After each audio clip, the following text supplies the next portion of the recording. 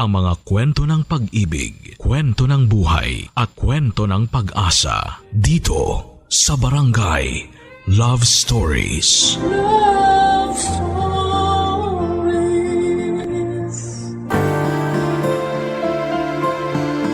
Maraming pamilya ang nahihirapang tugunan ang kanilang mga pang-araw-araw na pangangailangan. Karamihan sa kanila ay tahimik na nagpapatuloy sa buhay sa kabila ng mga pagsubok at paghihirap. Ikaw, kabarangay, ano ang nararamdaman mo kapag nakakakita ka ng pamilyang salat na salat sa buhay? Dear Papa Dudut, magandang araw po sa inyo at sa mga kabarangay ninyo. Itago nyo na lamang po ako sa pangalang Bella. At gusto ko pong ibahagi sa inyo ang lahat ng hirap at pagsubok na pinagdaanan ko.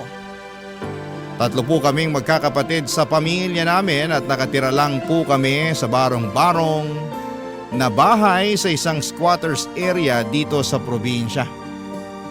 Ang papa ko po ay isang construction worker at ang mama ko naman ay isang selbedora sa isang maliit na kainan. Kahit na may mga trabaho po ang mga magulang ko ay hindi pa rin po ito naging sapat para matustusan ng lahat ng mga pangangailangan namin. At dahil walang-wala po kami, ito rin ang naging dahilan kung bakit elementarya lamang ang natapos ko. Pero kahit elementarya lang ang natapos ko ay ginawa ko pa rin ang lahat para makatulong sa pamilya, lalong-lalo na at ako pa naman yung pinakamatanda sa aming magkakapatid. Araw-araw po akong nangangalakal para lang makaranas ng kaunting ginhawa sa buhay. Pero sa araw-araw na ginawa ng Diyos ay hindi naging sapat yung pangangalakal para umasenso kami sa buhay. Kaya ng mga panahong yon ay dito ko napagtanto na kung gusto kong umasenso sa buhay ay kailangan kong makapagtapos ng pag-aaral. Ang totoo po niyan, inggit na inggit po ako sa mga naging kaklase ko noong elementarya dahil karamihan sa kanila ay nakapagtapos na ng kolehiyo. At ang iba sa kanila ay nakapag-abroad na at doon ko na po napagtanto na kailangan kong bumalik sa pag-aaral kung gusto kong makaranas ng kaunting ginhawa sa buhay. Pero nagdadalawang isip ako na sabihin kina mama at papa ang kagustuhan ko na makapagtapos ng pag-aaral. Kasi sigurado ako na hindi sila matutuwa dahil ang gusto ng mga magulang ko ay yung magpatuloy ako sa pangangalakal para makatulong sa pamilya. Pero habang tumatagal, Papa Dudut, ay mas lalo akong nalalapit sa masaklap na katotohanan na walang magandang buhay na patutunguhan ang pangangalakal ko. Kaya naglakas loob na akong sabihin kay mama yung tungkol sa kagustuhan kong bumalik at makapagtapos ng pag-aaral.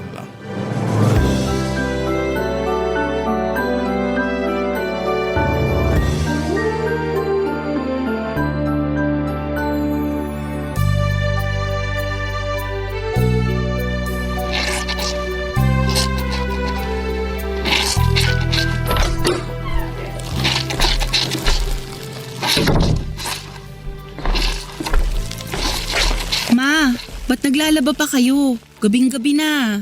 Oh, Bella, ba't ngayon ka lang? Pasensya na po. Matumal kasi yung pangangalakal kanina eh. Ay, bale na lang. May awa ang Diyos. Suswertehin ka rin bukas.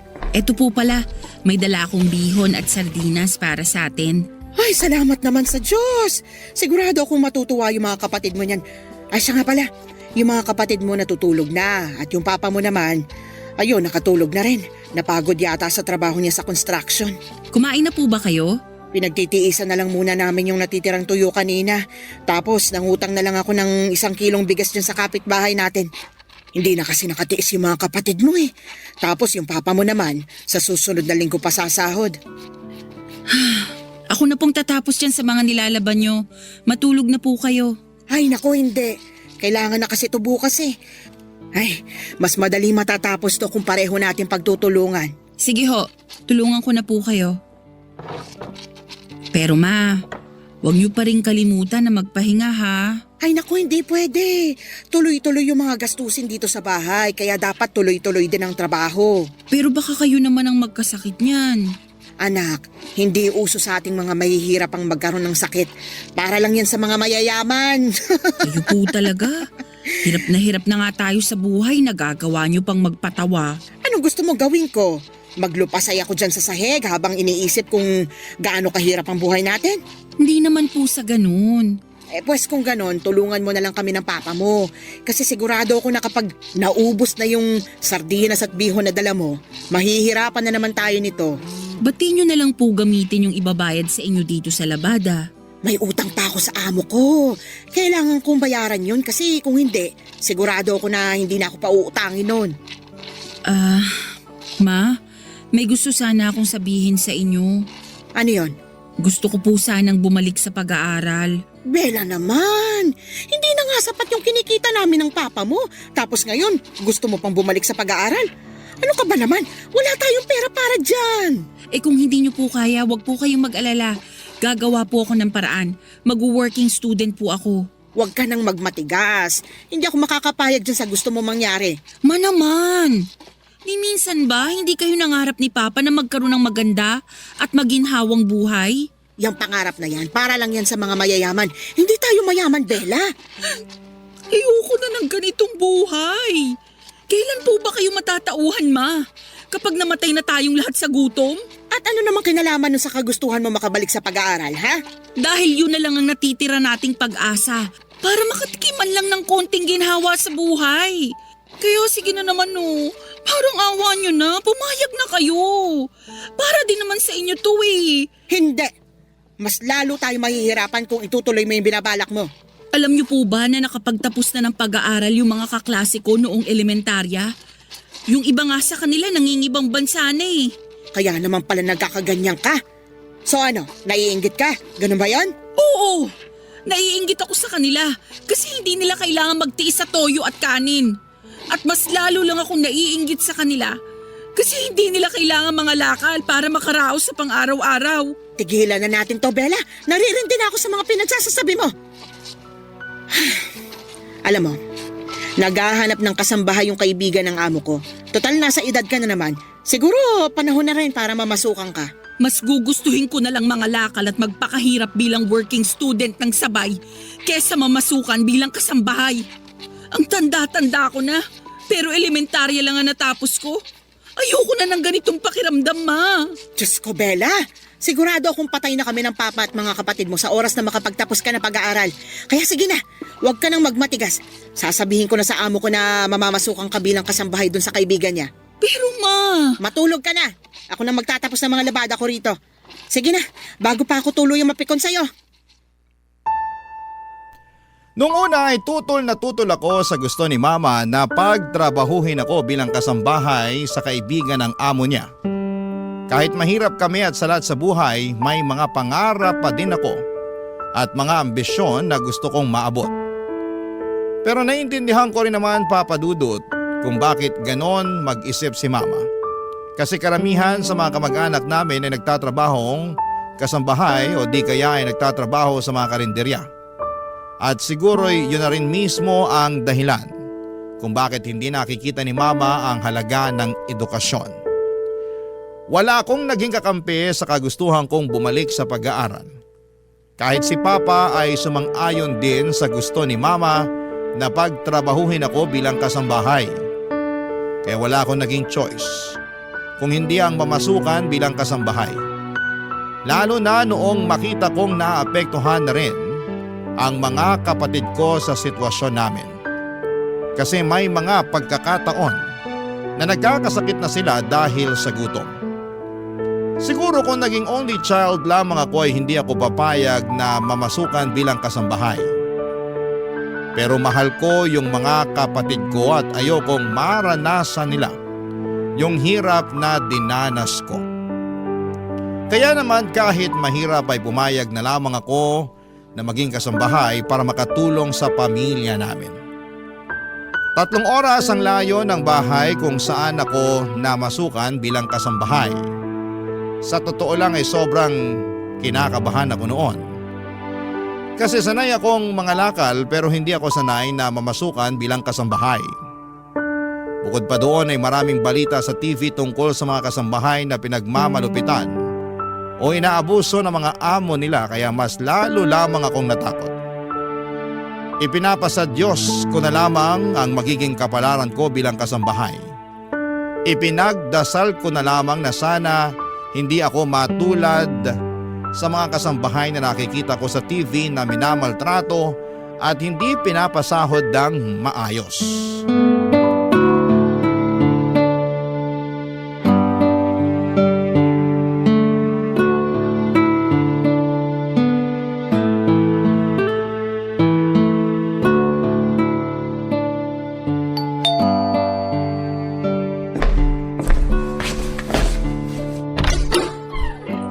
Ikaw na ba yung kasambahay na pinadala ng kakilala ko? Ikaw ba si Bella? Opo. Ay nako, halika Iha, pasok ka. Sige po, salamat. Dito tayo sa sala. Maupo ka. Ang laki-laki po pala nitong bahay ninyo. Ay oo, pero wag ka mag-alala kasi dalawa lang naman tayo dito sa bahay. Patay na kasi yung asawa ko. Tapos yung anak ko naman may pamilya na sa ibang bansa. Ganun po ba? Huwag po kayong mag-alala kasi makakaasa po kayo na gagawin ko ng maayos ang trabaho ko dito. Mabuti naman kung ganon. Mukhang mapagkakatiwalaan ka naman eh.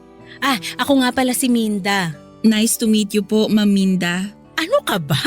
Aling Minda na lang. Masyadong nakakailang naman yung ma'am. Sige po, Aling Minda.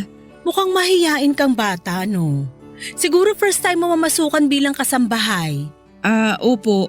Pero wag po kayong mag-alala kasi sanay na sanay po ako sa mga gawaing bahay. Nga pala Iha, may tatanong ako sa'yo. Pero sana magsabi ka sa akin ng totoo ha. Bakit? Ano po yun? Menor de edad ka pa ba? Kasi kung ganun, hindi kita matatanggap. Ay nako, Aling Minda, hindi po. Mukha lang po akong bata pero nasa edad na po ako. Mabuti naman. Siya nga pala, marunong ka bang magluto? Opo. Marunong ka rin bang maglaba? Naku po, kahit anong ipagawa niyo sa akin, kayang-kaya ko po yan. Mukhang sanay ka nga talaga sa gawaing bahay. Nga pala, ibigay mo na rin sa akin yung cellphone number mo para makontak kita kung sakaling aalis ako ng bahay. Bakit? May problema ba? Wala po kasi akong cellphone eh. Seryoso ba?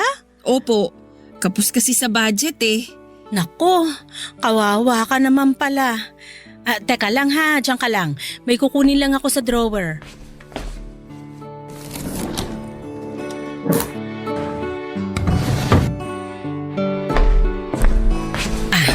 Eto. Aling Minda, para saan po tong cellphone? Sa'yo na yan. Seryoso po kayo? Oo, bigay sa akin ng anak ko yan. Matagal nang nakatambak yan sa drawer ko eh. At matagal-tagal ko na rin hindi nagagamit. Kaya sige na, huwag ka nang mailang. Tanggapin mo na. Naku, salamat po talaga dito ha. Wag po kayo mag-alala. Pagtatrabahuhan ko po ang ipambabayad ko dito. Ano ka ba naman? Huwag na. At least ngayon may magagamit ka na para matawagan mo rin ang pamilya mo kung sakasakali. Wala din po kasing cellphone si na mama eh. Pero di bali na lang po kasi nagbabalak na naman na akong ibili ng mumurahing cellphone si mama kapag sumahod na ako. Nakakatuwa naman. Napaka-family oriented mo naman palang bata ka. Pero ipapaalala ko lang sa'yo ha na wag mong kalilimutan ang sarili mo. Matuto kang mag-ipon habang bata ka pa. Opo. Aling Minda, salamat po talaga ha. Ano ka ba? Wala yun. Siya nga pala, halika dito. May papakita ko sa'yo. Dalin mo na rin yung mga gamit mo. Sige po.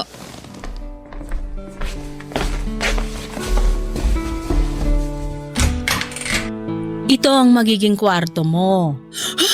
Diyos ko! Oh, bakit? Hindi mo ba nagustuhan? Ang laki naman po ng kwarto. Ang totoo po niyan, mas malaki pa tong kwarto kaysa sa buong bahay namin eh. Aling Minda, nakakailang naman po kung dito po ako matutulog. Sa sala na lang po kaya ako. Ano ka ba naman? Sa tingin mo ba talaga patutulugin kita sa sala? Oh, bakit ka umiiyak?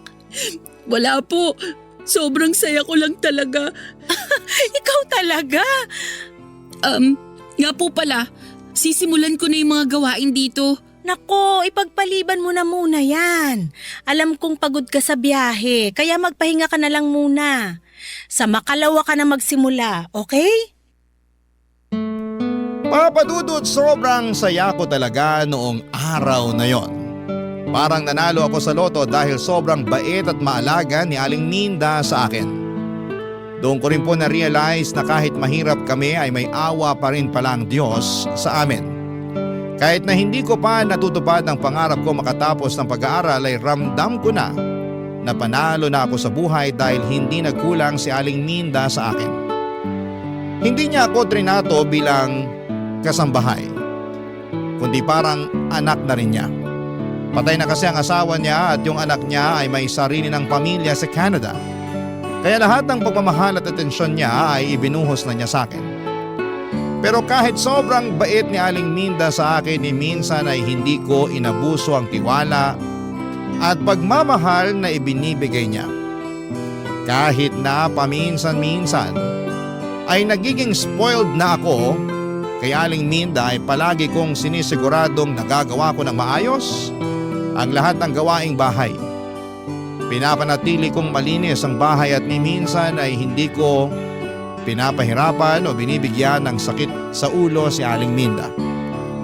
Noong sumahod na ako ay sobrang natuwa ko dahil dinagdagan pa niya yung pera na ibinigay niya sa akin. Agad-agad ko po itong pinadala kay mama yung sahod ko para makabili siya ng murang cellphone.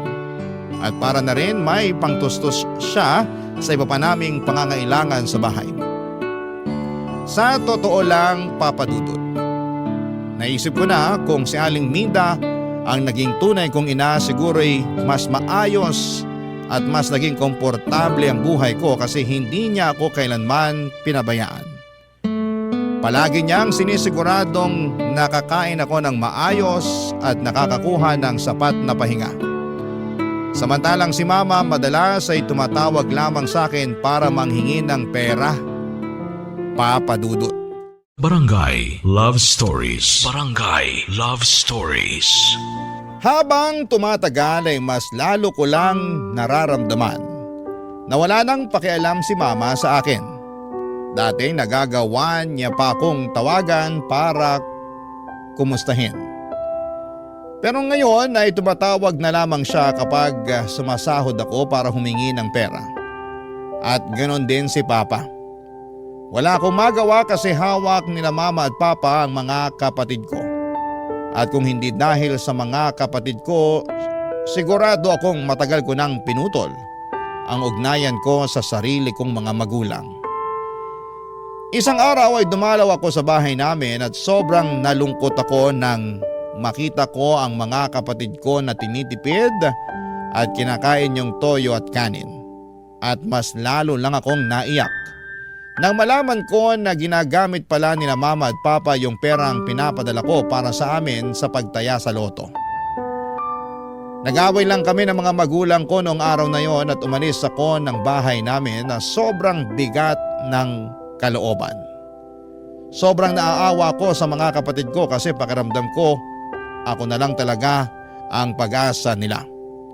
Simula noon ay wala namang ginawa sina Mama at Papa kundi ang sanayan sila sa hirap ng buhay. Hindi nga nila pinag-aaral yung mga kapatid ko. Napagtanto ko rin na hindi sapat na magkasama lang kayo bilang pamilya. Ano ang silbi ng isang buo at kumpleto na pamilya kung puro hirap lang naman ang pinagdadaanan nyo? Pinili ko na lang itago yung sama ng loob ko kina Mama at Papa. Napagtanto ko rin na mas makakabuti para sa akin kung itutuon ko na lang ang atensyon ko sa mga gawaing bahay para hindi ko masyadong naiisip yung sitwasyon ng pamilya ko. Pero habang tumatagal ay mas lalo lamang akong nahihirapang itago ang totoo kong nararamdaman.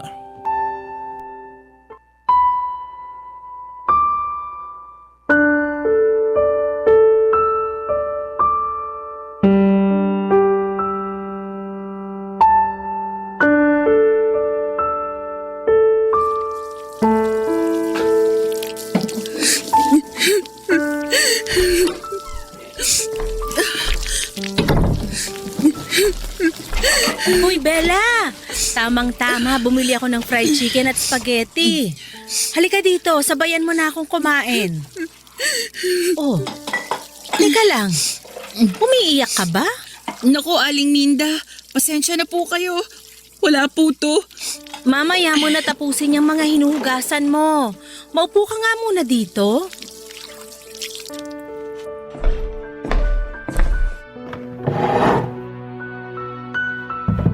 Bella, iha, tapatin mo nga ako. May problema ka ba? Pasensya na po talaga kayo, Aling Minda. Okay lang po ako. Ay, ang ayaw ko sa lahat yung pinagsisinungalingan ako.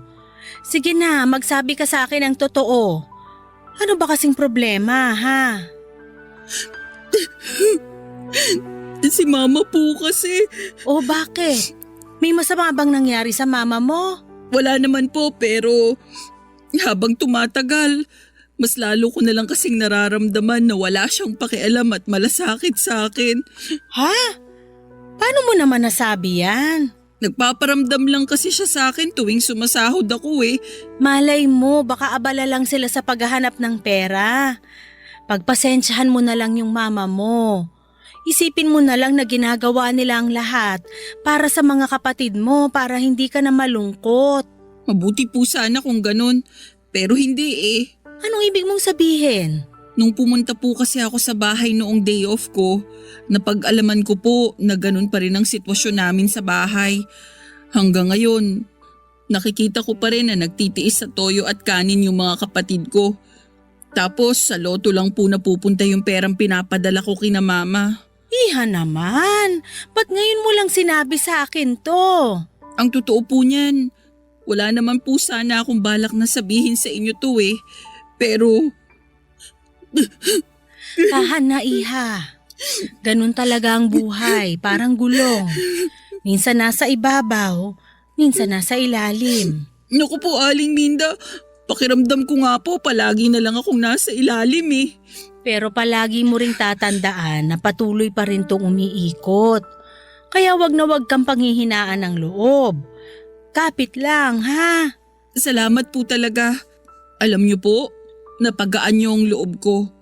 Hindi man ako sinwerte sa pamilya ko, pero di bali na lang po.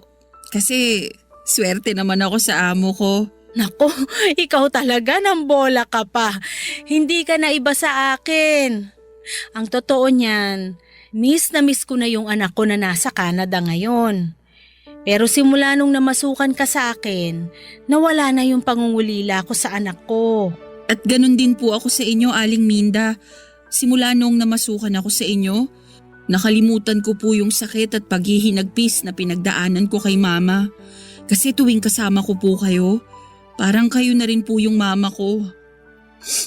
Napupunan niyo po yung lahat ng pagkukulang ni mama sa akin.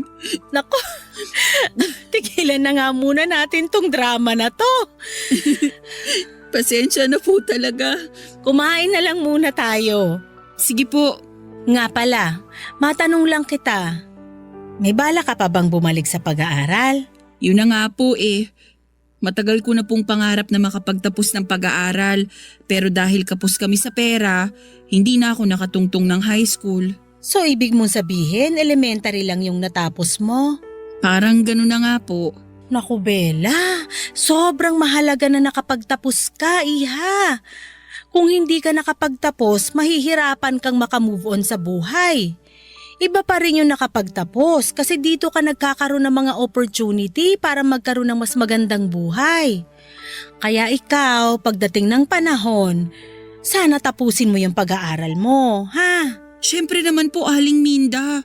Sa katunayan nga, may naitabi na po akong ipon. Talaga ba? Opo, nang dahil na rin sa inyo. Hindi po kasi kayo kuripot tuwing nagbibigay kayo ng sahod eh. Naku, wala yun. Ano ka ba? Deserve na deserve mo yung binibigay ko sa yung sahod. Kasi nakikita ko yung sipag mo sa pagiging kasambahay ko. Alam mo ba na yung dati kong kasambahay dito? Naku, sobrang tamad. Kailangan ko pang utusan para lang gumalaw. So ano pong nangyari sa kanya? Ayun, pinalayas ko. Naku, kawawa naman pala. Mabuti na lang talaga at ginawa ko yon. Kasi kung hindi, malamang hindi kita makikilala. Kung sa bagay.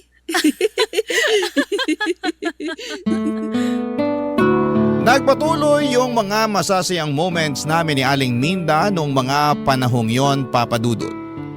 Unti-unti nang nawala yung lungkot na nararamdaman ko. Kasi nandyan palagi si Aling Minda para iparamdam sa akin na may nagmamahal sa akin. At may tao pa palang nagmamalasakit sa akin. Habang pinaparamdam sa akin ni Aling Minda yon, kabaliktaran naman ang nangyayari kay Mama. Ganon pa rin siya. Tumatawag lamang o nagpaparamdam lang kapag sumahod na ako. Nung unay nahirapan akong tanggapin yon, pero habang tumatagal, unti-unti ko na ring na-realize na hindi na talaga magbabago si Mama.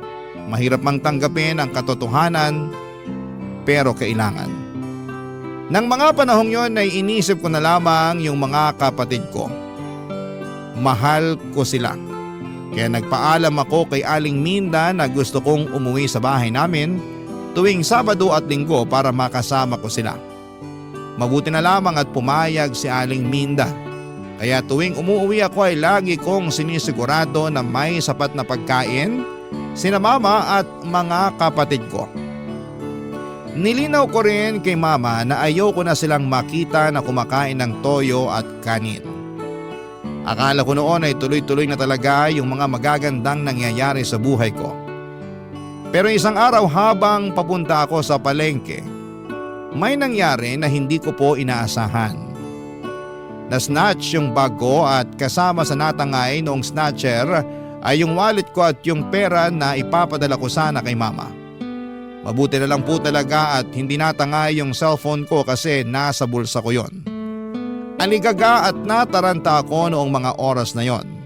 Hindi ko alam kung ano ang gagawin ko dahil malaking pera yung nawala. Hindi ko na nagawang ilihim ang nangyari, Papa Dudut, at sinabi ko pareho kay Aling Minda at kay Mama ang kalagayan ko ng mga panahong yon.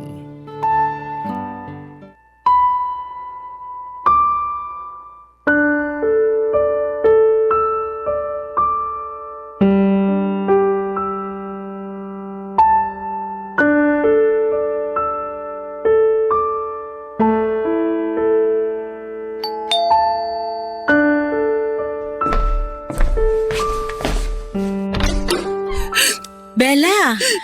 Kuya! Ano nangyari sa'yo? Bakit ka umiiyak? At ba't mukhang takot na takot ka? Aling Minda. Kumalma ka nga! Ano ba kasing nangyari sa yung bata ka? Aling Minda. Sorry po talaga. Ay, maupo ka nga muna dito sa sofa. Sabihin mo na sa akin kung anong nangyari sa'yo. Mapagkakatiwalaan mo ko. Ano ba kasi yon para matulungan kita? Aling Minda, tinangay po kasi nung snatcher yung bag ko. Ano? Pasensya na po talaga. Hindi ko na po nabili yung pinapabili ninyo sa akin sa palengke. Kasi natangay na rin ng snatcher yung perang binigay niyo sa akin. Diyos ko! Sorry po talaga, Aling Minda. Ano ka ba naman? Ang importante, ligtas ka. Mabuti na lang talaga at walang masamang nangyari sa'yo. Huwag mo nang isipin yung perang tinangay nung snatcher, ha? Hayaan mo na, pera lang yon. Salamat po talaga. Pero si Mama po kasi. Bakit? Anong problema sa mama mo? Natangay din po nung snatcher yung perang ipapadala ko sana sa kanya. Sigurado kung maiintindihan ka ng mama mo, Bella. Matutuwa yun na ligtas ka. Sana nga po. Aling Minda, labas muna ako saglit ha. Tatawagan ko lang si Mama. O sige.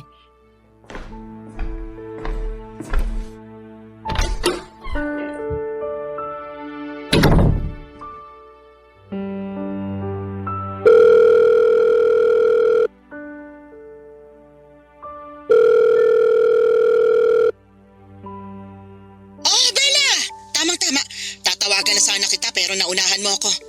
Ma, may sasabihin po sana ako sa inyo. Bakit? Ano yon? Ma, Hindi po muna ako makapagpapadala sa inyo. Ano? Pambihirang buhay to. At bakit naman, Aber? Tinangay po kasi nung snatcher yung wallet ko eh. Tanga-tanga mo naman. Hindi mo na ba talaga ginagamit ang utak mo, ha? Sandali lang. May utak ka nga ba? Alam mong may laman na pera yung wallet mo pero hindi mo iningatan. Hindi ko naman po ginusto yung nangyari eh. Ganyan. Ganyan mga tuwiran ng mga bobong katulad mo. Paano ngayon yan? Kailangan namin yung pera na ipapadala mo. Utang na loob, ma. Nabiktima po ako ng snatcher. Takot na takot po ako nung tinangay nung snatcher yung bag ko. Oh, so kanino kasalanan yan? Hindi ba't kasalanan mo? Naku Bella, gawa mo ng paraan yung perang ipapadala mo sa amin. Naku, sinasabi ko sa'yo. Tinawagan ko po kayo kasi nagbabaka sakali akong madamayan ninyo ko. Pero mas lalo lang sumama yung loob ko sa inyo ngayon. Ang kapal na mukha mo para pagsalitaan ako ng ganyan. Nagkakaganyan ka ba porkit kumikita ka na ng sarili mo pera? Nagkakaganito po ako kasi hirap kayong umintindi. Wala na kayong ibang inisip kundi pera, pera, pera. At bakit? Sinong gusto mong isipin ko? Ikaw? Oo, kasi simulat sa poll, hindi ko naramdaman na nanay ko kayo. Walang hiya ka? Hoy Bella, tandaan mo na hindi ka mabubuo at mabubuhay sa mundong ito kung hindi dahil sa akin. Sige na po, papatayin ko na to.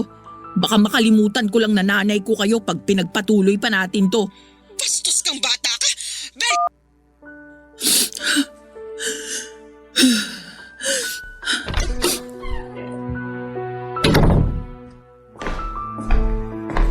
Oh, Bella, ba't namumulay ang mga mata mo?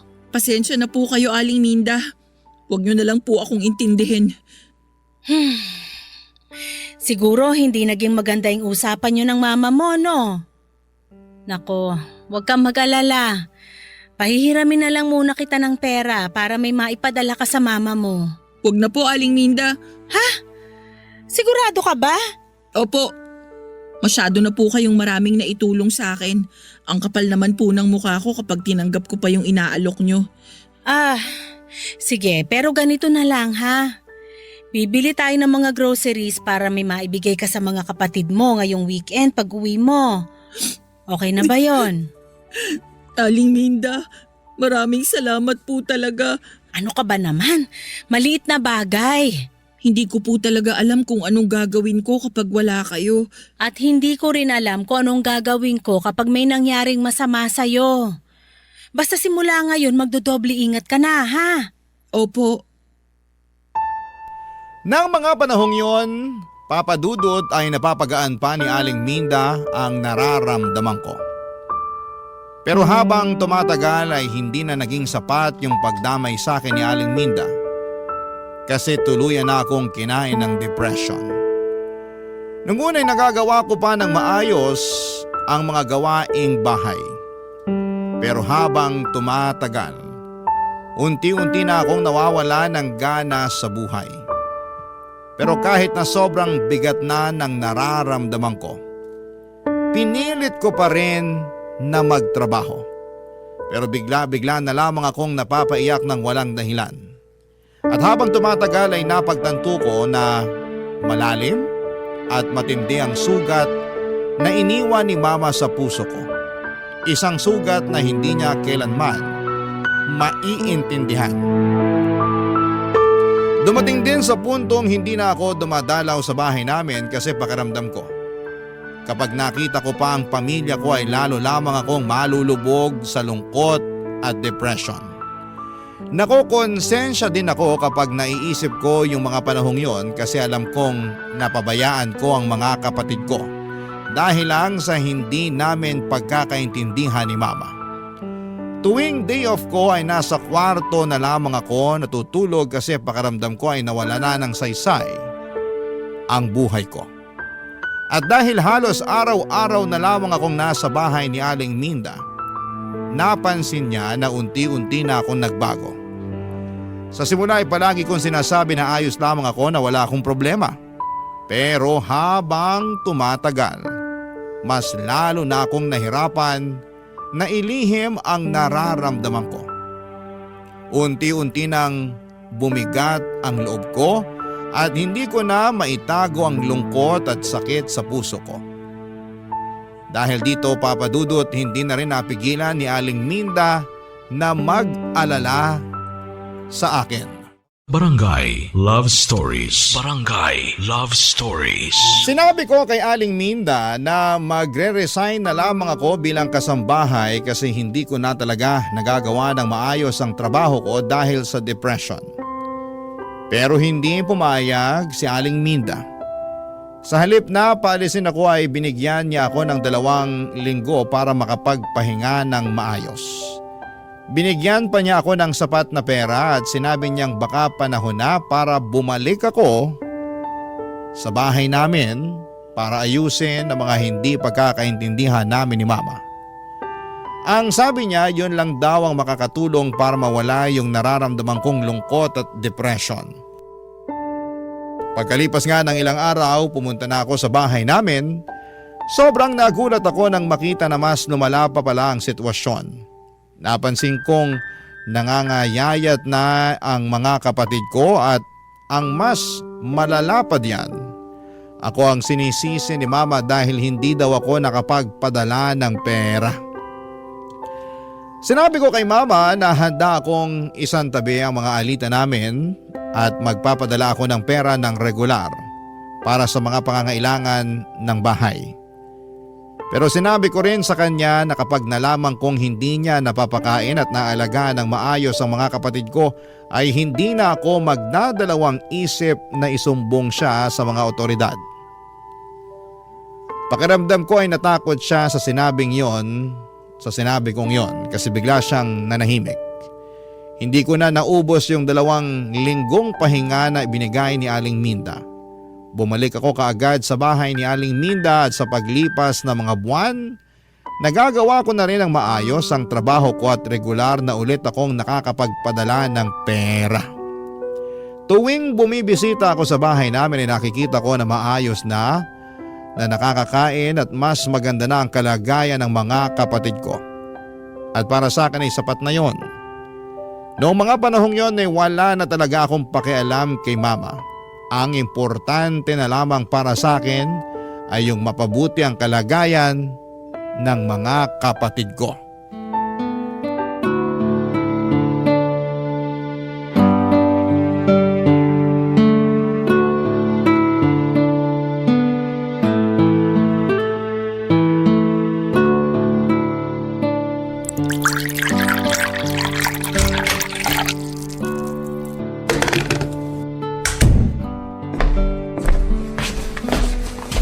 Aling Minda, good morning po. Good morning din sa'yo, Iha. Magkape po muna kayo. Maraming salamat. Gusto niyo po ba ng makakain? Pwede ko po kayong ipagluto. Wag na, okay na ako dito sa kape. Sige po, balikan ko na lang po kayo. Tatapusin ko na muna yung mga labada. Sandali lang, maupo ka muna dyan. Bakit po? May kailangan po ba kayo? Mamaya mo na tapusin yung mga labada. Mag-usap muna tayo. Sige po. Kamusta na kayo ng mama mo? Okay naman po kami. Napansin ko rin na maayos nang nakakakain ng mga kapatid ko.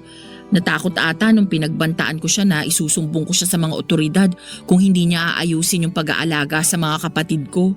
Tama yan.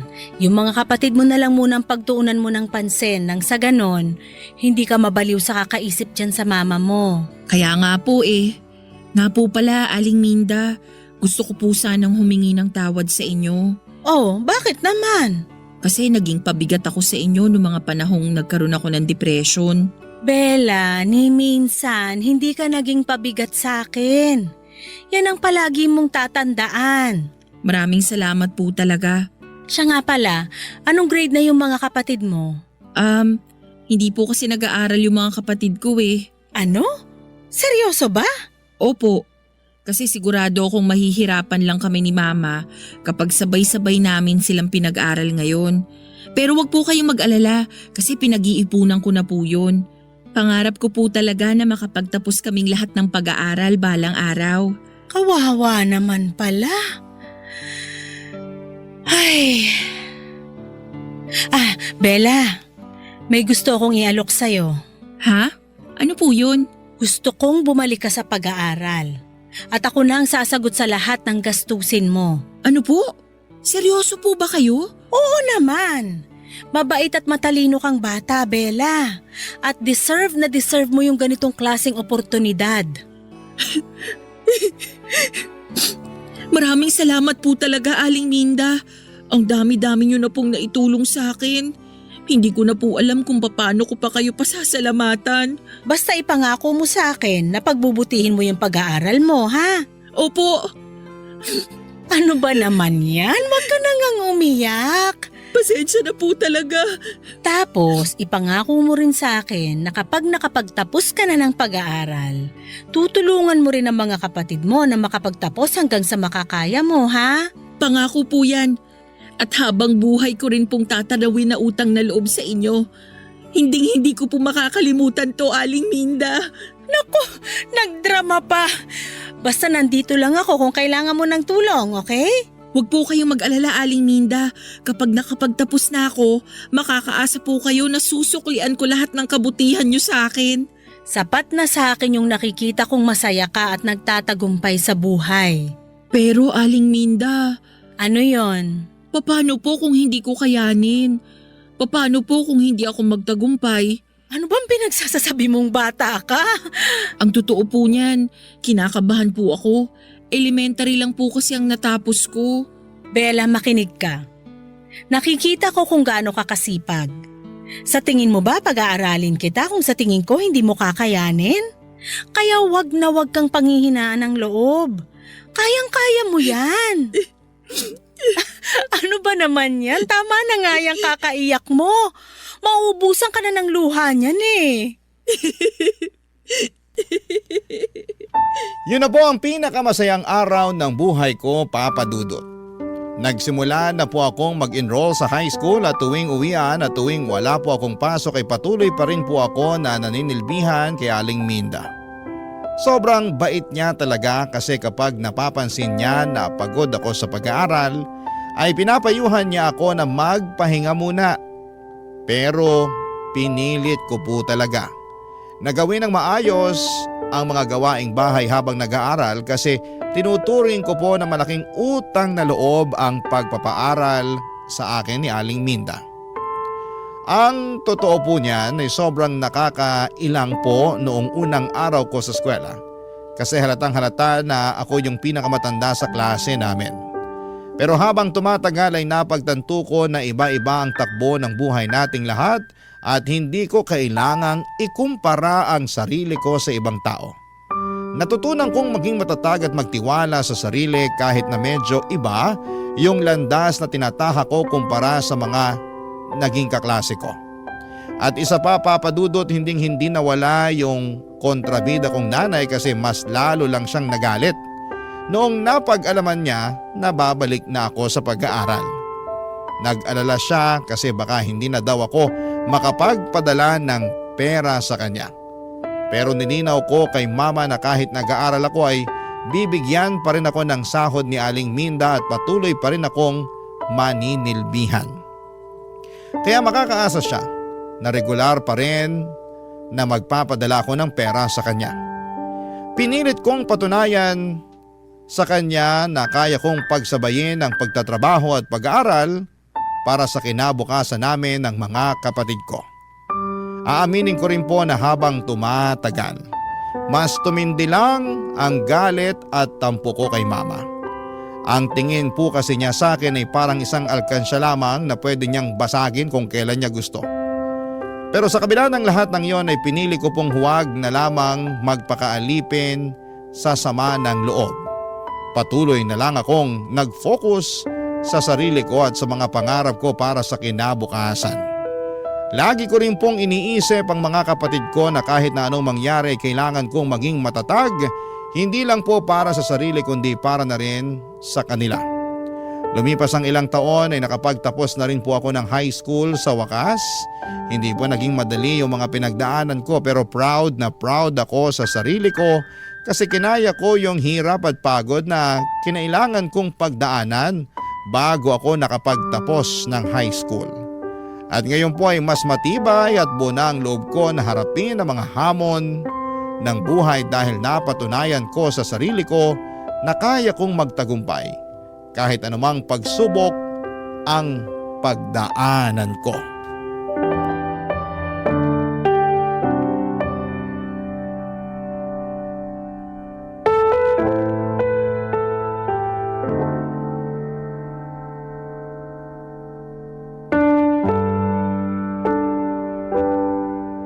Bella, iha!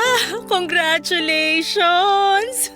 Thank you po, Aling Minda. Ilang araw na lang at makakagraduate ka na ng high school. Hindi ko po akalain na darating pa ang araw na to. Pero eto na, mangyayari na siya sa wakas. Proud na proud ako sa'yo, iha.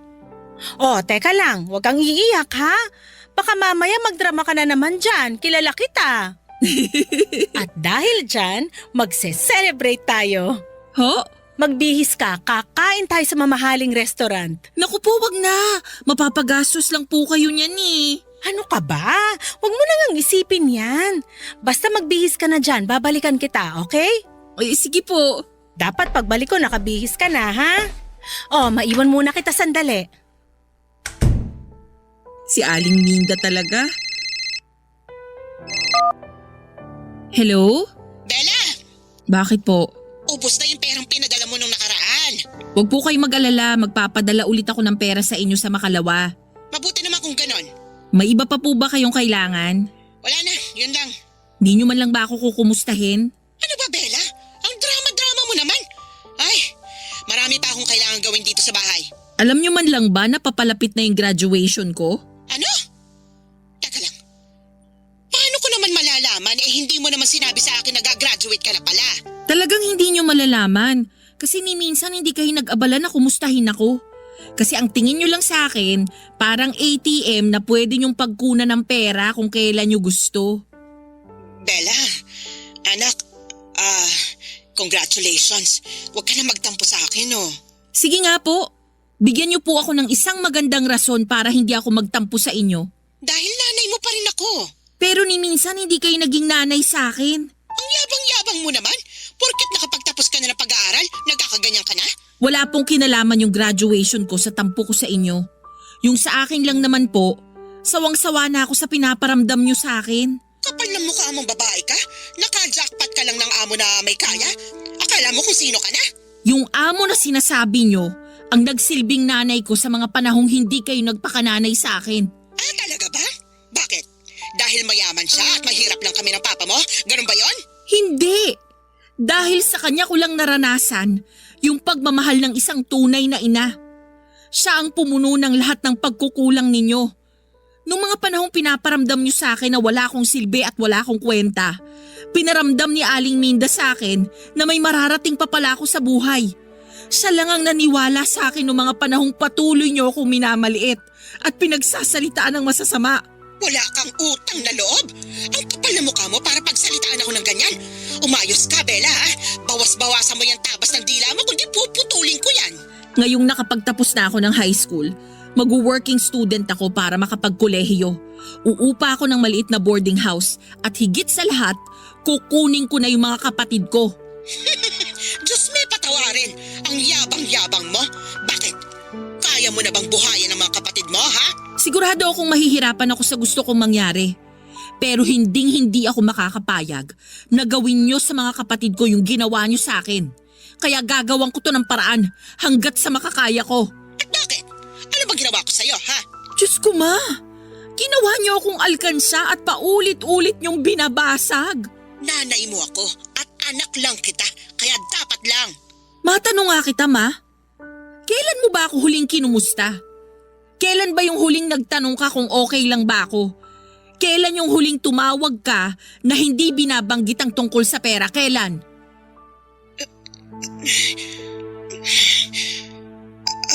Di kayo makasagot, no? Pues ako na po ang sasagot para sa inyo. Kasi ni minsan, hindi nyo ako naisip. Sige na po, tatawagan ko na lang kayo ulit kapag handa na yung pera ninyo. Siguro'y marami sa mga kabarangay ninyo ang iisipin na mayabang o hambog ako, Papa Dudut. Pero tiniis ko po ang pang-aabuso ni Mama sa akin ng ilang taon. Siguro kaya ko nagawang sagutin si mama ng ganon kasi napuno na ako sa pagmamalupit niya sa akin at may hangganan din naman ang pasensya ko. Pero sa puntong ito ay handa na akong manindigan at ipagtanggol ang sarili ko laban sa mga taong umaabuso sa akin. Lumipas ang ilang araw at sa wagas ay nakapagtapos na rin po ako ng high school. Si Aling Minda ang umakyat sa entablado para isabit sa akin ang medalya ko. Sobrang saya ko po noong araw na yon at makalipas ang ilang linggo, sinabi ko kay Aling Minda ang kagustuhan ko na makapagkolehiyo. Umupa ng maliit na murang boarding house, maging working student at higit sa lahat ay kunin ng mga kapatid ko. Noong una ay sobrang nagulat si Aling Minda dahil alam niyang hindi ito magiging madali kasi hindi naman daw kalakihan ang allowance na natatanggap ng mga working student at sigurado din siya na may hirapan lamang ako sa pag-aaral ko kung maghahanap pa ako ng additional income. Kaya makalipas ang ilang araw, inalok ako ni Aling Minda na handa raw siyang tulungan ang mga kapatid ko. Nung una ay tumanggi ako pero nagpumilit siya hanggang sa pumayag ako. Napagkasunduan namin ni Aling Minda na kapalit ng pagpapatira niya sa amin ng mga kapatid ko sa bahay niya ay patuloy pa rin ako na maninilbihan sa kanya kahit na nagwo-working student ako. Ngayon po ay nasa kolehiyo na ako at nag-aaral sa kursong Mass Communication. Ang mga kapatid ko naman ay pinag-aaral na din ni Aling Minda at para makabawa ay sinisigurado kung palaging maayos at malinis ang bahay. Sobrang saya ko dahil mukhang nagkakasundo si Aling Minda at ang mga kapatid ko. Siguro hindi na siya nagdalawang isip na kupkupin sila dahil hanggang ngayon ay nangungulila pa rin siya sa anak niya na nasa Canada. At nang kinuha ko ang mga kapatid ko kay Mama, hindi na po siya tumanggi. Siguro'y alam na niya na mas magiging magaan ang buhay nila ni Papa kung wala na silang pinapakain. Kaya pumayag din sila na kunin ko ang mga kapatid ko. Hanggang ngayon ay wala pa akong kontak kina Mama at Papa at wala na akong balak na kausapin sila. Panahon na lamang ang magsasabi kung kailan ko sila muling mapapatawad. Papa Dudut, dito ko na muna tatapusin ang kwento ko at maraming salamat po at binigyan ninyo ako ng pagkakataon na maibahagi sa inyo at sa mga kabarangay ninyo ang pinagdaanan ko. Ang inyong forever kapuso at kabarangay, Bella.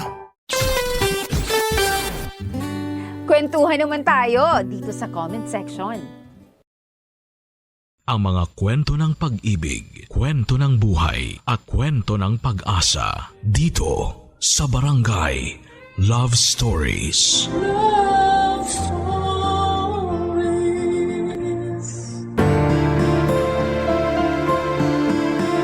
Minsan, ang pagmamahal ay nawawala sa lugar lalo na pag pinipilit nating itama ang pagkakamali. At kahit na anong gawin natin ay magkakaroon pa rin ito ng komplikasyon sa dulo.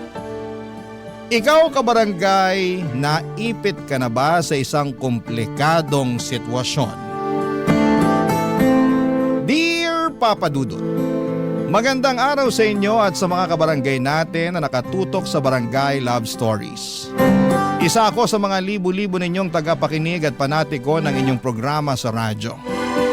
At napasulat ako upang humingi ng payo sa mga kabarangay natin ang sitwasyon ko sa aking kapatid na si Edric. Hindi niya tunay na pangalan. Pero bago ang lahat ay magpapakilala muna ako. Tawagin niyo na lamang po ako sa pangalang Rima, 32 years old, isang photographer at taga Manila. Magkasama kami sa bahay ng nakababata kong kapatid na si Edric. Nagtatrabaho sa abroad ang mga magulang namin at kahit gustuhin ko nang bumukod ng tirahan ay hindi ko magawa dahil nakiusap sila na bantayan namin ng kapatid ko ang bahay namin dito nga sa Manila. Hindi naman kami mahirap pero malayo rin sa pagiging mayaman. Siguro ay may kaya lamang dahil parehong masipag magtrabaho ang parents namin. Pero katulad ng ibang pamilya ay hindi rin perpekto ang sa amin, Papa Dudut. At ang pinakamalaking isyo ko ay ang pagiging sutil at pasaway ng nag-iisa kong kapatid, Papa Dudut.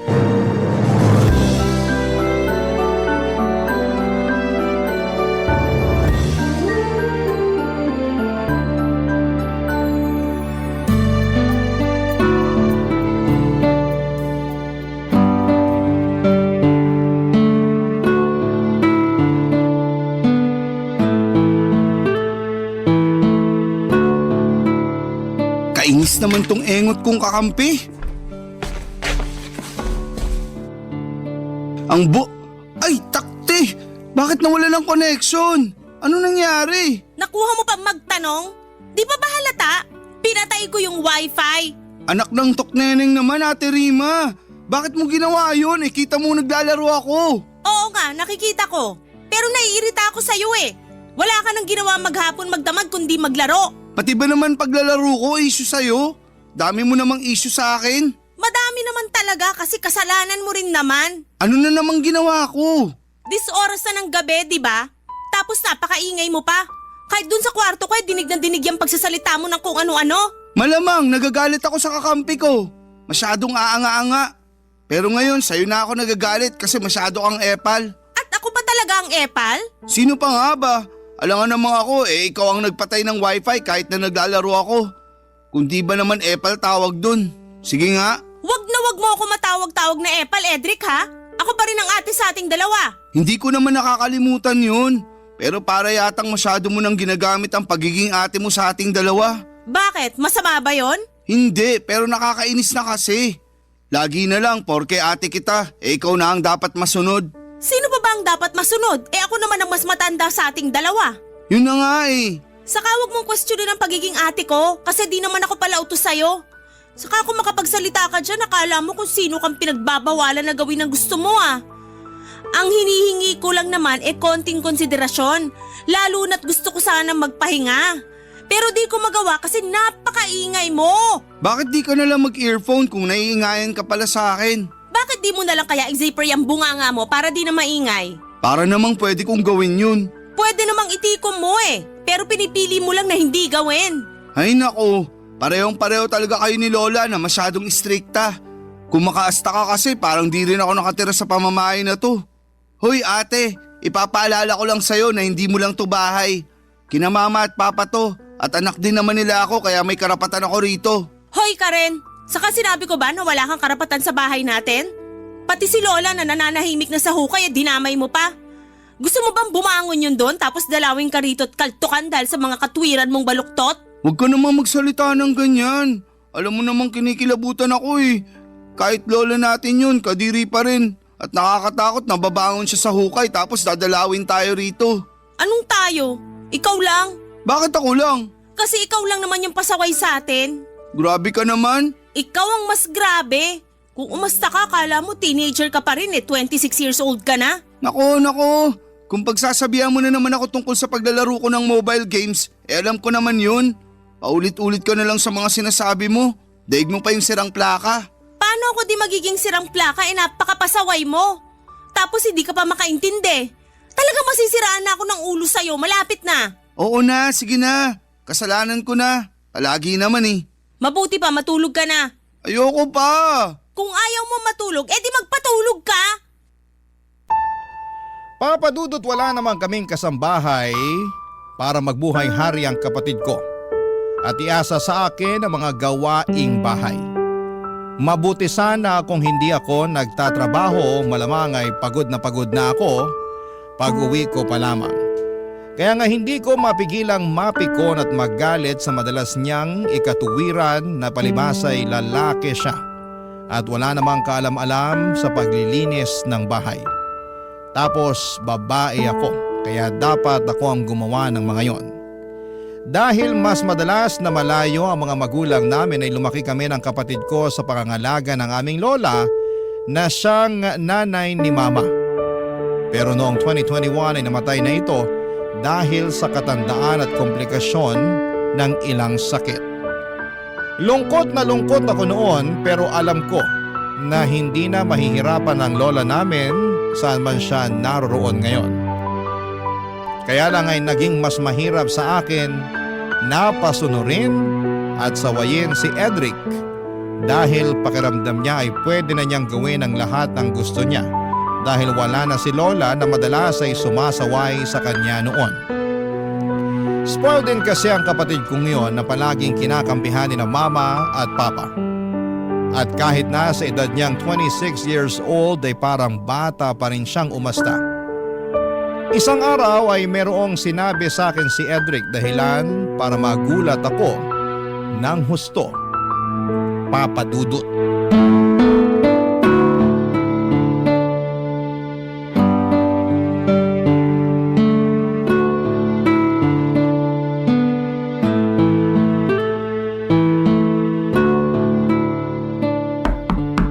Bukas yan. Ate Rima, busy ka ba? Medyo. Marami kong ini-edit. Mamaya na yan. Usap muna tayo. Tungkol saan ba yon? Basta. Anong basta? Di ba pwedeng sabihin mo na ngayon? Pwede naman pero papasok muna ako sa kwarto mo, pwede? Pwede, pero hanggang dyan ka lang sa may pinto. Grabe ka talaga sa akin. O sige, dyan ka na lang sa likod ng pinto. Sa likod ng pinto? Eh di sa labas na yun. Ano ba kasing sasabihin mo? Sabihin mo na kaysa nagpapaligoy-ligoy ka pa dyan. Sinasayang mo lang oras mo, kita mong dami ko pang trabaho. Ate naman eh. Ano nga yon? Ano kasi? Huwag kang magagalit ha. Depende kung ano na naman yung ginawa mo. Sobra ka naman. Parang lumalabas eh. Wala na akong ginawang matino. Kung may matino ka mang ginawa, mabibilang lang sa mga daliri ko sa kamay. Pero kung kalokohan, kasutilan at pagiging pasaway, lagpas na sa lahat ng mga daliri ko sa kamay at paa. Kaya ano, sabihin mo na kung ano yung gusto mong sabihin. Sige, pero... Ay, bahala na nga. Pero gusto ko lang sabihin na magiging tita ka na. Ha? Sorry, pero parang nabingi yata ako. Ano uli yung sinabi mo? Sabi ko, magiging tita ka na. Paano nangyari yon? Kasi magkakaanak na ako. Ha? Uulitin ko na naman ba yung sinabi ko? Hindi. Pero seryoso ba yan? Magkakaanak ka na? Oo. Pero wala ka namang girlfriend ah. Akala mo lang wala, pero meron. At hindi mo man lang pinakilala sa amin nila mama at papa. Eh, bago pa lang naman kami. Gaano ka bago? 1 buwan. Tapos nabuntis mo na agad? Siyempre, magaling tong kapatid mo. Binida mo pa talaga yan eh. Sigurado ka na ba dyan sa pinasok mo? Hindi naman sa pag-aano, no? Pero hindi biro-biro ang pagkakaroon ng anak. Alam ko naman yun. Tsaka feeling ko ready na naman ako para magkaanak. Ang tanda ko na kaya.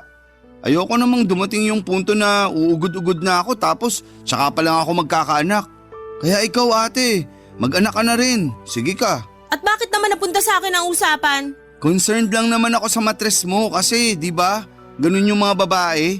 Habang tumatanda nahihirapan na magkaanak. Salamat sa concern mo sa matres ko pero ayos lang naman ako. Hindi ko pa gusto magkaanak kasi alam ko wala pa akong may papakain sa magiging baby ko. Grabe ka naman. May trabaho ka naman ah. Oo nga, pero di pa sapat ipon ko. Siyempre tutulungan ka ng magiging asawa mo nun. Pwede ba? Wag na nga natin pag-usapan ng tungkol sa akin. Yung tungkol sa ang pag-usapan natin dito kasi nakakaloka lang na wala kang ang trabaho tapos nakuha mo pang mag-anak? Alam ko nasa tamang edad ka na pero sana alam mo yung responsibilidad na pinasok mo para sa magiging anak nyo. Siyempre, alam ko naman yun. Tsaka nandyan naman sina mama at papa eh. Pwede akong humingi ng tulong sa kanila pag di namin kinaya. Ay wow! Sa lagay sagutin pa pala nila mama at papa ang magiging anak nyo? Bakit hindi? Apo naman nila yung magiging anak ko. Buti sana kung hindi. Papa Dudut, alam ko naman na nasa tamang edad na ang kapatid ko para sa ganong bagay. Pero para sa akin ay wala pa siyang kakayahang magtaguyod ng pamilya. Kaya hindi ninyo ako masisisi kung nainis ako ng bahagya sa ibinalita niya sa akin. Sa huli, nalaman na rin ng parents namin ang nangyari at gano'n na lamang ang gulat ko dahil hindi man lang siya nasermonan ni na mama at papa. In fact, natuwa pa sila at excited dahil magkakaapo na raw sila. Sa kabilang banda ay napaisip ako kung ako lang ba talaga ang kontrabida sa pamilya namin dahil hindi ko kayang suportahan ang kaligayahan ng kapatid ko. Pero naisip ko rin naman na hindi ko siya hinahadlangan. Para saan hindi ba? Ang akin lang ay gusto ko siyang mag-mature at mas maging responsable. Lalo na at magkakaanak na siya. Dapat ay matuto na siyang tumayo sa sarili niyang mga paa at hindi na palaging palaasa, Papa Dudut. Barangay Love Stories. Barangay Love Stories. Papa Dudut, simula pagkabata ay si Edric na ang paborito ng mga magulang namin. Sinasabi lang nila na pareho nila kaming paborito dahil mga anak nila kami, pero ramdam na ramdam ko na mas higit ang pagmamahal nila sa kapatid ko. Nung una ay kinakalungkot ko yon, pero sa huli ginawa ko na lamang inspirasyon ang bagay na yon para tumayo sa sarili kong mga paa. Buti na lamang, sa aming dalawa ni Edric ay ako ang paborito ng lola namin. Sa pagpapatuloy ng sulat ko ay hindi nga nagtagal, ay pinakilala sa amin ni Edric ang babaeng nabuntis niya.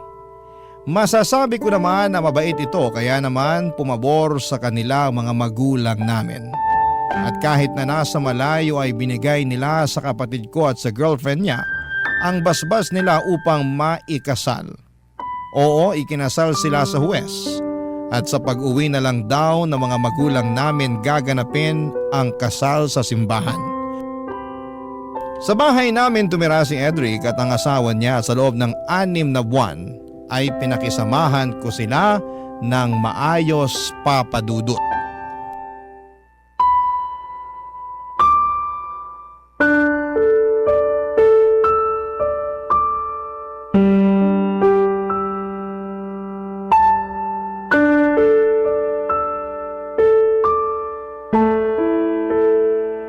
Ay, takte naman!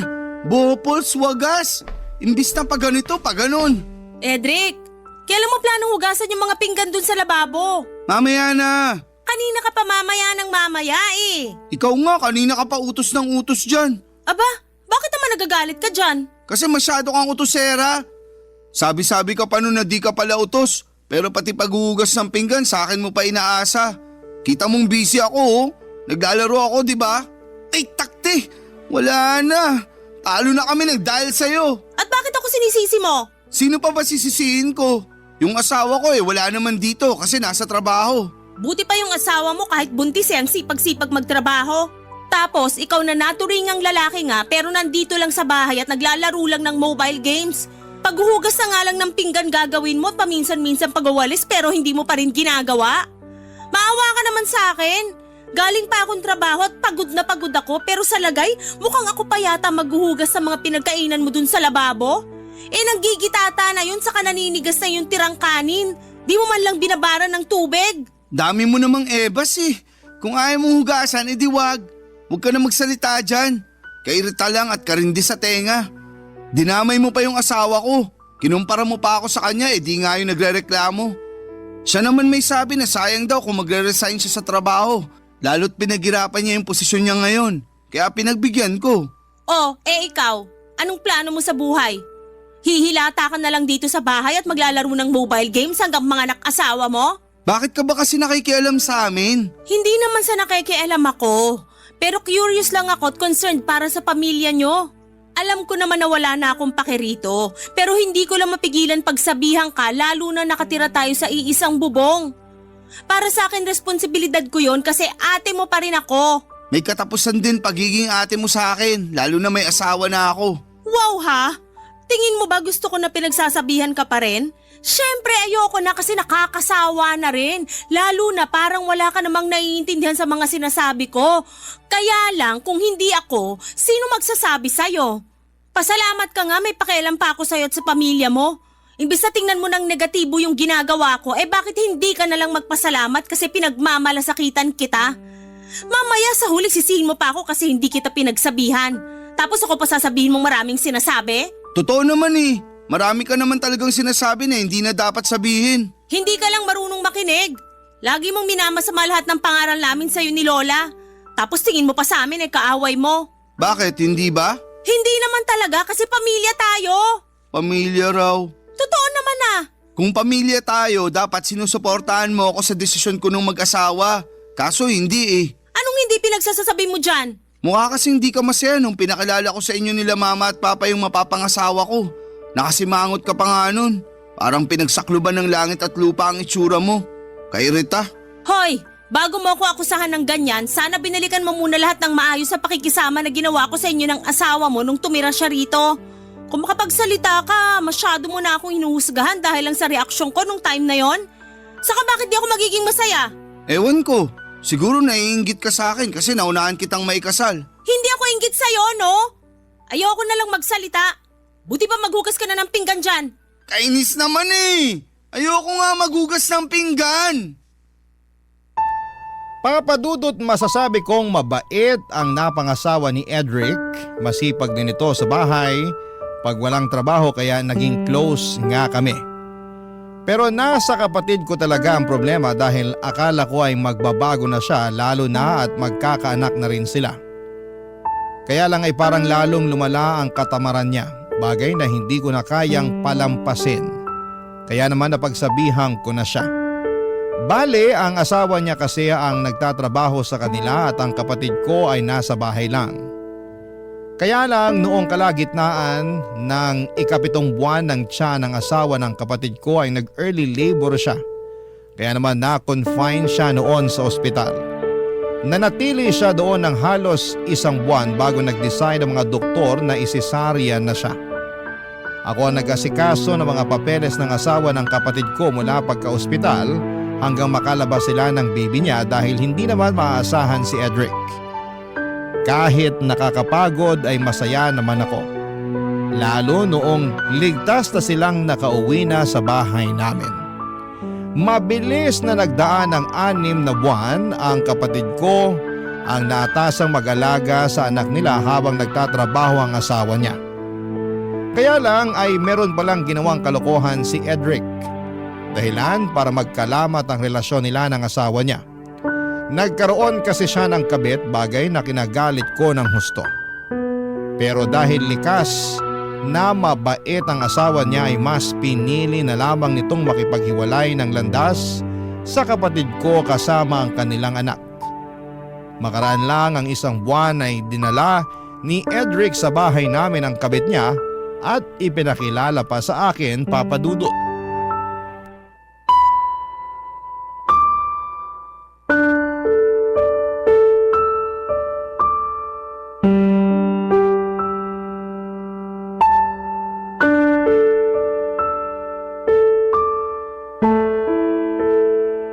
Ate Rima, siya nga pala si Abilene, girlfriend ko. Hi, Ate Rima! Girlfriend? Kahihiwalay mo lang sa asawa mo, di ba? Huwag mong sabihin na siya yung dahilan kaya nasira kayo ng asawa mo. Oo, pero wala na ba akong karapatang lumigaya ulit? Oo nga naman po. Huwag naman po kayong ganyan sa kapatid nyo. Hindi ikaw ang kausap ko, kaya huwag ka sumabad dyan. Sobra naman kayo sa akin. Bakit ba ang init ng ulo mo kay Abilene? Wala naman siyang ginagawa sa'yo, ate. Totoo pala ang kwento mo tungkol sa ate mo, babe. Masyado pala siyang masungit. No wonder hanggang ngayon wala pa rin siyang asawa. Ayun na nga, babe. Takot yata ang mga lalaki sa kanya. Hoy! Mawalang galang na ha? Pero kung pag-usapan niyo ako parang wala ako sa harapan niyo ah. Saka sandali nga lang, anong sinasabi mong kinuwento mo ako dyan sa babaeng yan? Magkukwento ka na nga lang, di mo pa talaga inayos, Cedric? Wala akong maisip na maayos na ikwento tungkol sa'yo kaya ayun na lang sinabi ko. Kung makapagsalita ka, akala mo kung sino kang perpekto? Mas malala pa nga sa akin yung ugali mo. Kung tungkol na naman sa katamaran ko at pagiging pasaway yan, wala ka nang magagawa doon. Sina papa at mama nga, sumuko na lang kasasaway sa akin. Manawa ka naman, ate. Sawa na ako para sa kaalaman mo. Excuse me lang pero wag niyo naman akong itsapuera. Sa lagay, parang saling ket-ket lang ako sa usapan niyo. Wag naman ganun. Ano ba kasing sasabihin mo? Wala naman, pero gusto ko lang maramdaman na welcome ako sa bahay niyo. Bakit ko naman gagawin yun? Kabit ka lang naman ng kapatid ko. Hoy, Ate sobra ka naman. naman magsalita. Oh, bakit? Totoo naman sinabi ko, di ba? Kahit kabit ako, may damdamin pa rin akong marunong masaktan. Wow! Kung sabihin ko mas masakit pa rin yung ginawa mo sa asawa ng kapatid ko kaysa dyan sa nararamdaman mo, no? Para yan lang, dinadaing mo na? Hindi ko naman siguro kasalanan kung mas binahal ako ng kapatid niyo kaysa sa dati niyang asawa. Sa bagay, ako na to eh. Diba babe, ako na to eh. Oo, babe ko.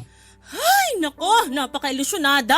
Tama na nga ang pagsasalita mo ng ganyan sa girlfriend ko. Kung di mo kayang tanggapin si Abilene, sana respetuhin mo na lang siya. Marunong ako rumispeto sa taong karespe-respeto. Naku, talaga naman. Napaka-kontrabida mo talaga sa buhay ko kahit kailan. Ako pa ang kontrabida? Nakakabwisit mga desisyon mo sa buhay? Tapos walang hiya ka rin sa part na sinama mo pa talaga rito sa pamamahay natin yung kabit mo para ipakilala sa akin. Saka umuhugot ng tapang, ha? Inborn na sa akin yun. Pati kapal ng mukha, inborn na rin sa'yo eh. Pareho kayo ng babaeng yan, oh. Oh, bakit naman ako nadamay bigla? Di ba ayaw mo nang ni-echipuera? Ayan, dinamay na kita para wala ka nang masabi dyan. Grabe ka na talaga sa akin, Ate Rima. Huwag mo nga ako maate-ate dyan. Ilang taong ka na ba? 32 na ako. 30 pa lang ako para sa kaalaman mo. Talaga? Pero mas mukha kang 40 sa paningin ko.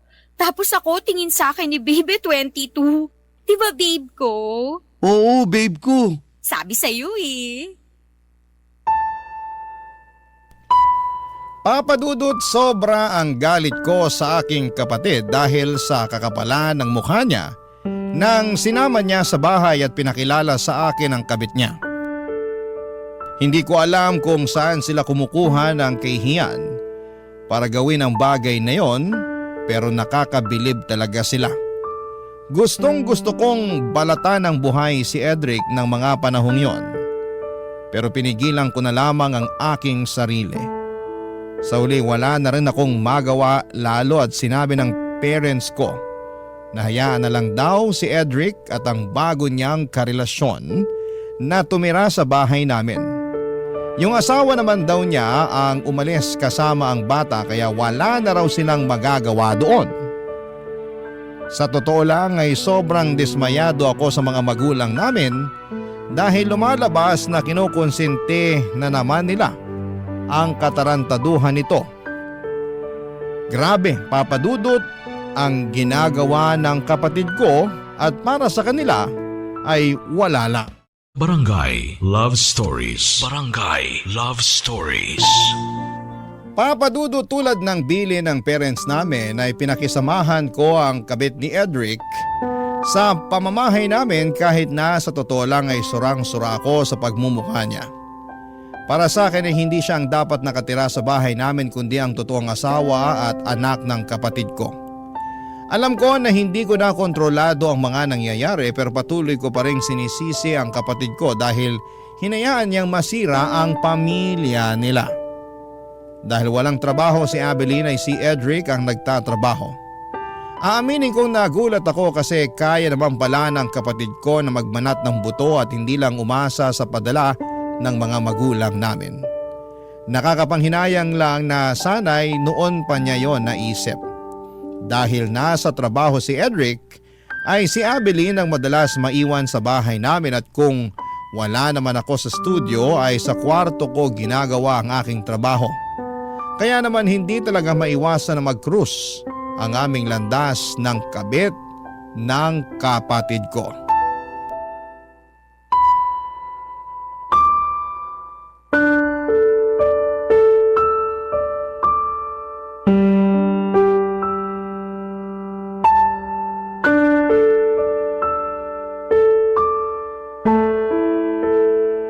Ate Rima, pwede bang mag-request ng ulam mamaya?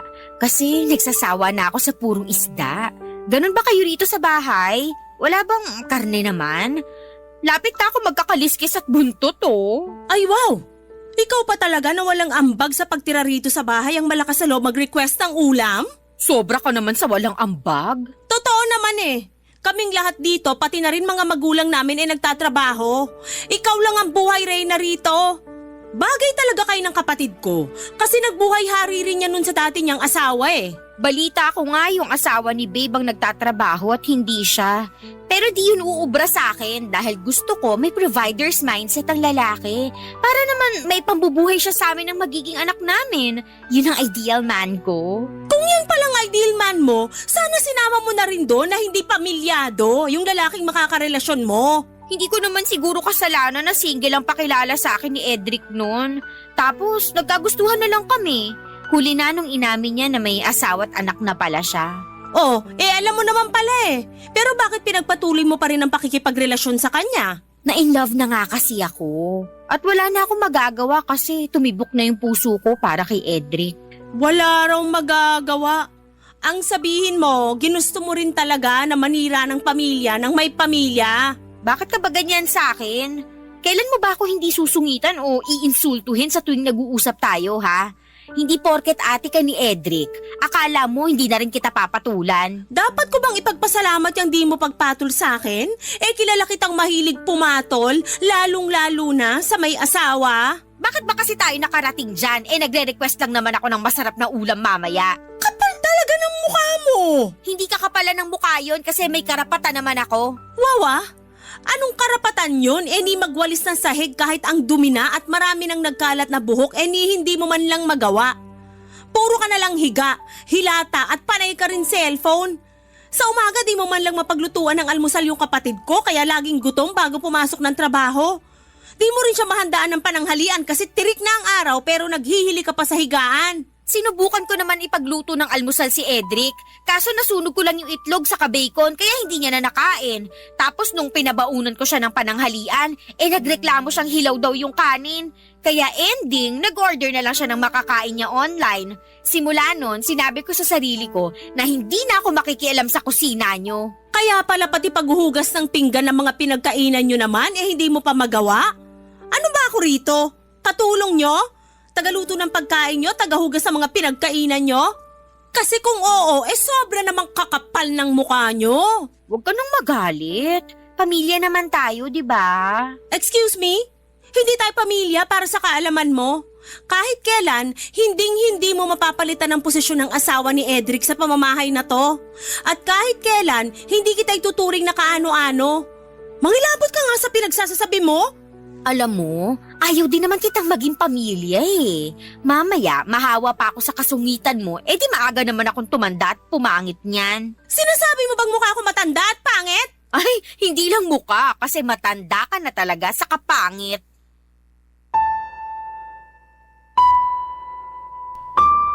Papadudot wala akong masabi sa kakapalan ng mukha ni Abeline.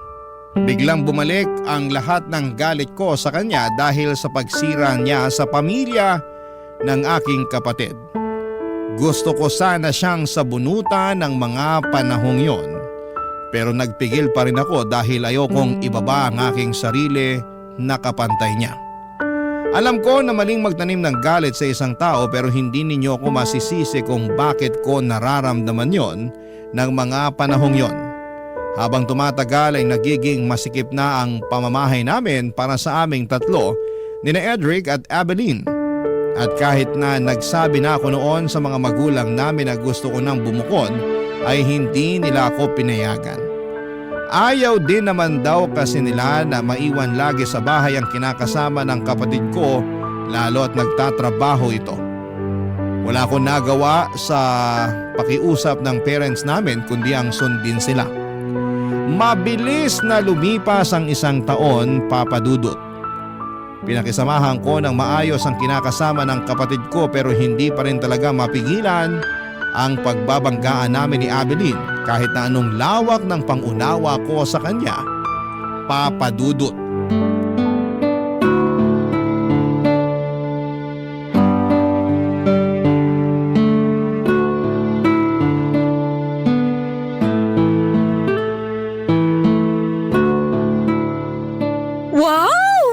Naman ang damit na to.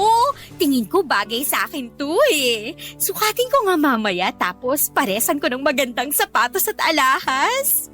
Grabe, fashionista rin pala tong ate ni Babe. Akala ko may samanang talaga manamit. Anong ginagawa mo dito sa kwarto ko? Anong sinabi mo? Ako ba talaga ang gaga? Nagulat lang naman ako, ate. Huwag mo nga ako maate-ate dyan. Tsaka bakit mahawak yung damit ko, ha? Bitiwan mo nga yan! O ayan, binitawan ko na. Kalma ka lang. Para kang dragon na bubuga ng apoy anytime. Sana nga dragon na lang ako para mabugahan kita ng apoy hanggang matusta ka. No, wag. Sayang naman ang pampaputing sabon at lotion na binili sa akin ni Babe. Kainis ang arte mo talaga. Ikaw naman, napakasungit mo. Hindi ba pwedeng nagandahan lang ako rito sa damit mo? Sa napadaan ako dyan sa tapat ng kwarto mo tapos bukas ang pinto. Kaya pumasok ka na at nangialam. Hindi naman pangingialam yon. Pangingialam pa rin yon kasi hindi mo namang gamit yan. Saka ang lakas ang loob mong pumasok sa kwarto ko.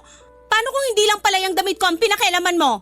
Uy, hinay-hinay ka sa pananalita. Masama ang mambintang. At masama rin ang pumatol sa may asawa at manira ng pamilya.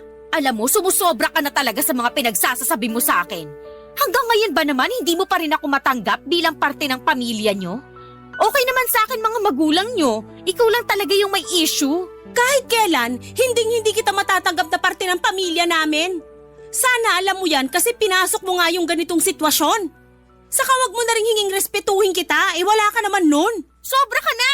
Nakakasakit ka na sa mga sinasabi mo. Dapat sa'yo sabunutan! Aray ko, iwan mo ko! Hindi kita bibitawan kasi puno-puno na ako sa'yo! Ganon! Sige, magsabunutan tayo hanggang wala ng bukang isa sa atin! Aray ko! Aray ko! Edric! Edric, tulungan mo ako! Magpatulong ka pa kay Edric, pagbubuhuling ko lang kayo! Anong nangyayari dito? Tanong-tanong ka ba? Hindi mo ba nakikita na sinasabunutan ako ng ate mo? Ikaw kayang unang na nabunot sa atin! Mabuti pa tigilan nyo na nga yan. Para naman kayo mga tanga eh. Yang babaeng lang yan ang tanga dahil siya lang naman ang pumasok sa kwarto at nangialam ng mga gamit ko. Pagsabihan mo nga yan! Pagsabihan mo rin yung ate mo, babe. Kasi pinagbibintangan niya ako. Paano di kita pagbibintangan? Sige nga! Kahit nahubaran mo pa ako ngayon, wala akong kinuha sa'yo.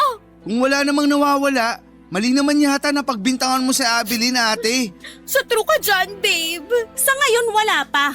Pero anong garanti ako na hindi niya gagawin yon? Pumasok na nga siya sa kwarto ko at nakialam ng gamit ko, di ba? Bakit mo naman kasi ginawa yun, babe? Kasi, basta. Bastahin ko mukha mo eh. Babe, oh. Pwede ba, ate? Manahimik ka na nga dyan. Tagal-tagal na ni Abilene dito. Pero hindi pa rin mawala-wala yung issue mo sa kanya. Sumusobra ka na talaga. Isusumbong na kita kay na mama at papa. Ako ba talagang sumusobra?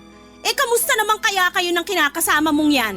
Kung sumusobra na pala kami, bakit di ka na lang umalis dito sa bahay? Kahit gustong gusto kong umalis, ayaw naman nila mama at papa kasi wala na silang tiwala sa inyong dalawa.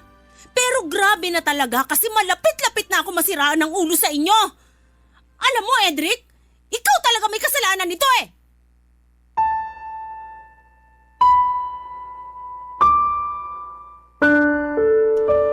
Papadudot, sobrang sama ng loob ko sa kapatid ko at sa kinakasama niya ng mga panahong yon. Hindi ko na sila mapakisamahan at nasusura na ako sa mga pagmumukha nila. At kahit na gustuhin ko mang umalis ay hindi ko magawa dahil ayaw kong payagan ng magulang ko. Sinubukan ko naman na tanggapin si Abilene sa pamilya namin pero hindi ko talaga kaya. At hindi ko na alam kung ano ang gagawin ko. Sana ay mapayuhan ako ng mga kabarangay natin kung ano nga ba ang dapat kong gawin. Pero tingin ko naman ay alam ko na. Sadyang gusto ko lang na may mag-push sa akin para gawin ng bagay na naiisip ko.